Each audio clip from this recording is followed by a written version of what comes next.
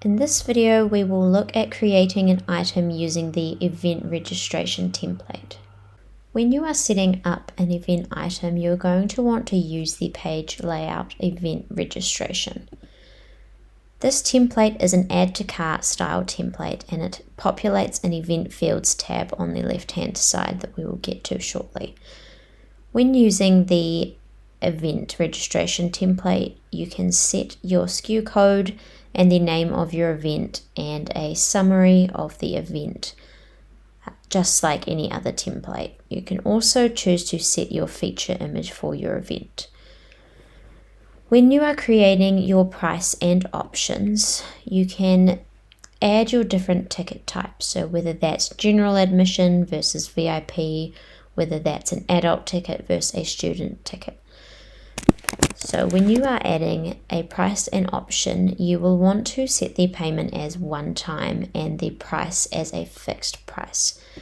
Then in the regular price field, you can add the price of this ticket option. So if an adult ticket costs $70, you can add it here. If you want to put a certain ticket type on sale, you can enter a sale price here. And you can also set an inventory if you have a limited number of these tickets to purchase. So if there are only 100 adult tickets available, you can set the stock at 100.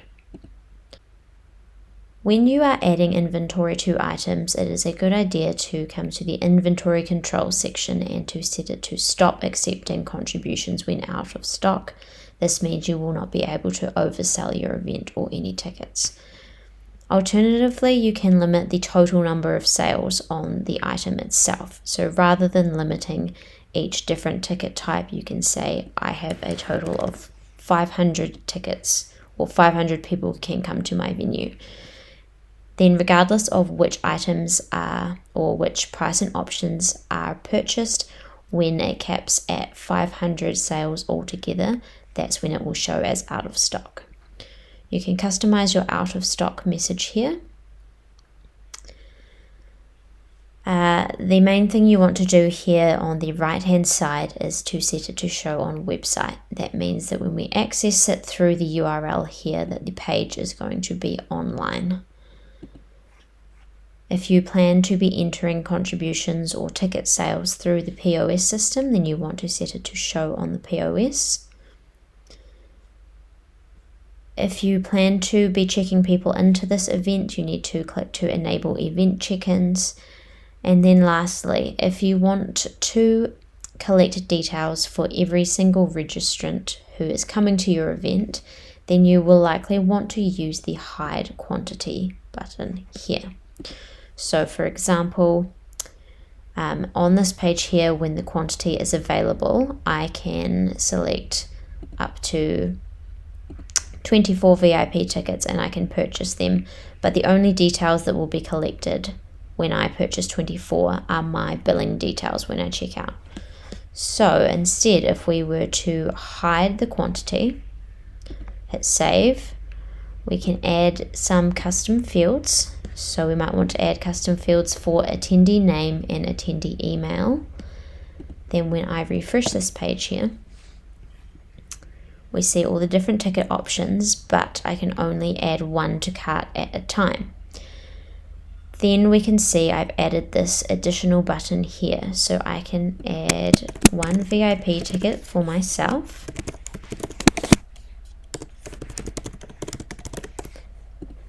It refreshes the page and then allows me to add another ticket and also collect details for a separate attendee.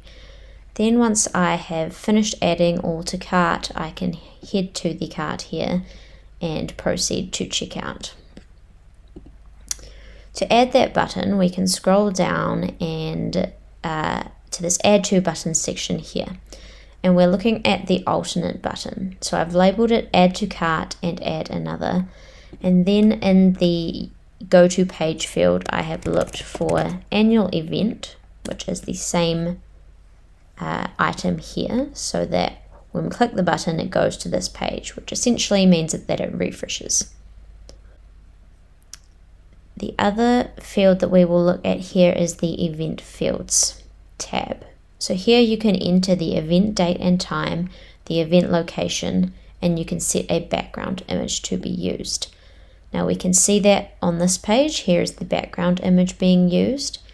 There is the summary field, the location, the date and time, and the feature image. Lastly are the categories and the active dates section. So if you have an events category page where you list out all of your different events on, it's a good idea to set an active start date and end date on your item. So for example, if your tickets shouldn't go on sale until September 23rd, then you can set the date to September 23rd and they won't appear on your events category page until that date. Similarly, you can choose a day to have them removed from that page. It is important to note that these active dates only apply to those category pages. So even if the last date is set to September 1st and we hit save, then they won't appear on the category page here, but if someone has the direct URL, this page is still online. So that is something important to note. If you want to take the page offline completely, then all you have to do is uncheck Show on Website and hit Save.